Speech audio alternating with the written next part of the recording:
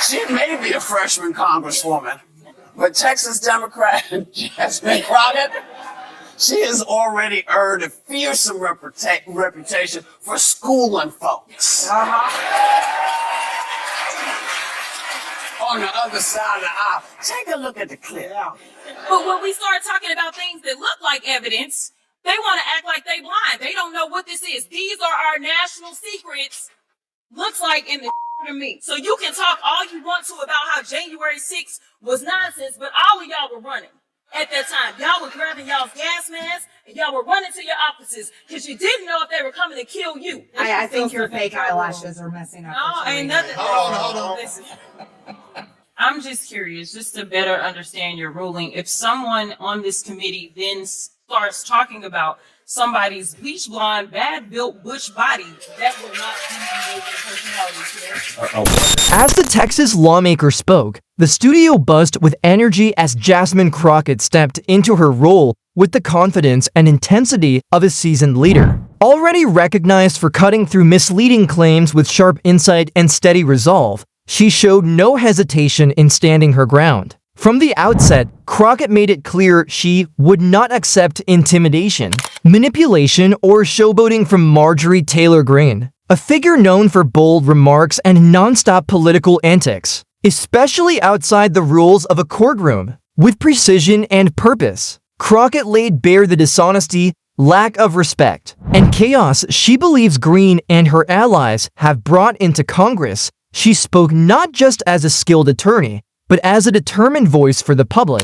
This moment went far beyond a viral comeback or a fleeting headline. It was a statement of accountability. It served as a reminder that leaders who rely on division will be challenged, and that respect still has a place in public life. As her words filled the room, it became clear this wasn't just another political exchange, it marked a defining moment in the ongoing push for truth. When you're in that room, Yeah. that she has not, that Marjorie Taylor Greene has violated many times, and now she knows. Yeah. And isn't she from Georgia? She should have heard about the dozens. So Which was the point of you calling that out, though, because that was the rule in that room, that they should have stopped her. Correct. So the thing was, Comer was given an opportunity to decide how he was going to conduct hearings going forward. Right. The reality is that there can be a complete devolution of this process, or you can get it under control. Unfortunately, there has been this situation with Marjorie where she is a bully and no one ever responds. And so the idea was she would just get away with it again. And for me, correct, she basically just mimics Trump. And because she mimics Trump, she is one of their top fundraisers, period. She is the 5th highest fundraising member of the Republican Party behind those in leadership because she is rewarded for her antics and for the destruction of our institution. These are people that not only were saying on January 6th, let's literally physically tear down the institution, but we have people that are tearing our institution apart from within. And that is a problem. And see, the thing is, it's not about partisanship at all. It's about respect. And it's about making sure that you're doing the work of the people. I will work with anybody that wants to make this a better country. And we don't have to agree on everything. But where we can find common ground, let's get to work and stop doing this ridiculous. Politics today is often ruled by performance, where flashy moments outweigh real substance. And while division may attract attention, the deeper danger lies in what figures like Marjorie Taylor Greene represent and how that behavior slowly weakens our democratic foundations. The real harm isn't just the noise,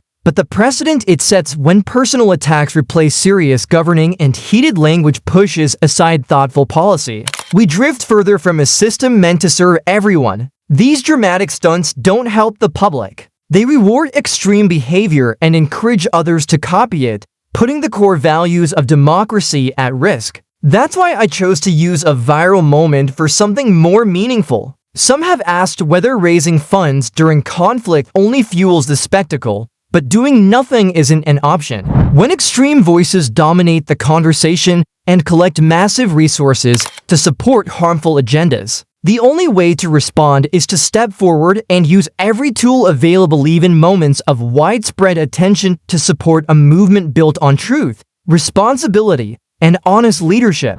The goal isn't to lower the level of political discussion, but to make sure those who value real governing over showmanship have the support they need to stand their ground. You have fundraised off of merchandise around this, and you've gotten some pushback from people saying, are we just lowering the institution if we're both kind of playing into this? How do you respond to that? Kind of like the audience just did.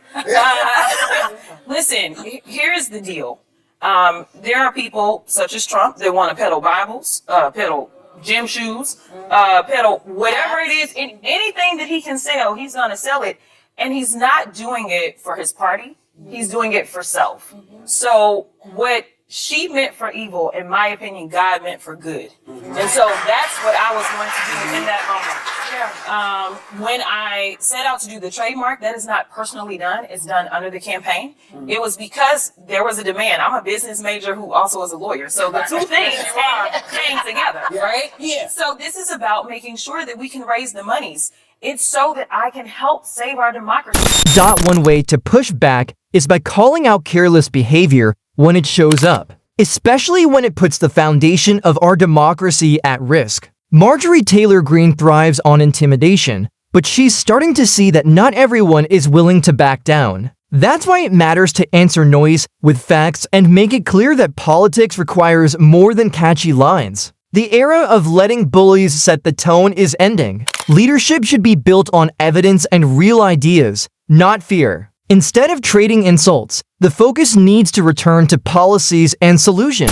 Right back to that. A lot of them don't do that. Absolutely. We It's need a to. must in this environment, That's though, right. right? Because they will steamroll right over you. And unfortunately, we see that ever since day one, baby, that pen been going and it ain't stopped. And it's steamrolling over all of our rights and our liberties and our freedoms and everything that we thought was the foundation of this country, our Constitution. Yes. Seems like we're saying, well, nope, with a pen, Yeah. get rid of the Constitution. With a pen, get rid of impoundment Yeah. and other laws that exist. Do you think that Americans just didn't believe that he would go with that Project 2025? Or what? What was that? I mean, he said, I don't even know what it is. Remember? Oh, I remember, honey. Yeah. I remember there was actually a hearing that we had in oversight, and it was right after he said, oh, I know nothing about that Project 2025. Yeah. And we had a witness, and I mentioned that his name was mentioned 312 times Yes. in Project 2025. Yeah. So it's like, this is interesting. He don't know nothing about it, but he's all through it. This moment isn't just about me or even Green. It points to a larger shift in political conversation. Democrats are no longer staying quiet and hoping the chaos fades. They're speaking up, pushing back, and demanding a basic level of respect in Congress.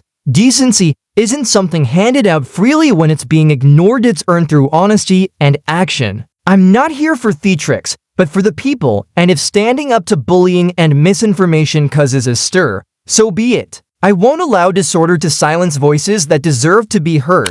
If you're someone who simply wants a government that works for everyday Americans, thank you for being here and supporting this effort. Stay engaged as we continue pushing for truth, accountability, and genuine leadership. And if you want to keep up with thoughtful discussions and important moments, be sure to like, comment, subscribe, and stay connected as we work toward a better future together.